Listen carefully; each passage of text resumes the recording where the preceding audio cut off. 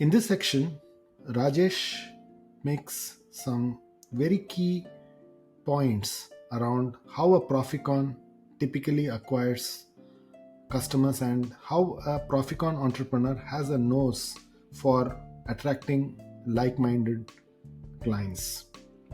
And given the fact that he or she operates with bootstrapped resources, money, and people, the important point that he makes is you cannot run on thin ice trying to acquire customers or clients. He says you need to have a nose for looking at the client on the other side or the customer on the other side, saying, is this customer willing to take the risk given that we don't have too much of a reputation to back them inside the company? And therefore, being smart about acquisitions is something that Proficon entrepreneurs and startups really need to look at. And therefore, if you want to build a Proficon, the fact that you need to identify such clients and customers and also help your employees think around this and ensure that they execute it on the ground is important. The other point that he makes is about his own ecosystem, which is really people who he worked with, which is really his wife Bhavna, his CEO Kapil, and many people. And the point that he makes here is that the need for having people with complementary skills.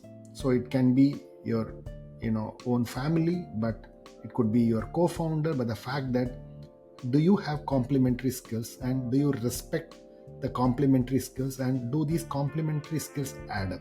I think that's important. You may have complementary skills, but if you don't have a common value and belief, then the fact that it may not work is something that he talks about. And therefore, the fact that you need to have an emotional yet a non-emotional relationship is something that you see the Proficon entrepreneurs have, and the startups that need to have this kind of a mindset.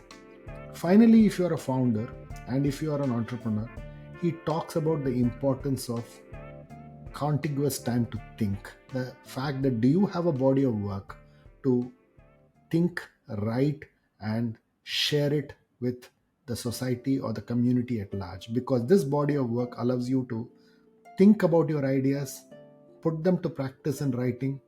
It therefore gives yourself a clarity to actually look back and then say, am I thinking it right? Am I having clarity of thought in how I see it and how I want to execute it? And therefore, he talks about taking time to think, read, reflect, write, and that is something that he strongly recommends. And that, he says, will make you a better thinker, a better leader, and a better entrepreneur.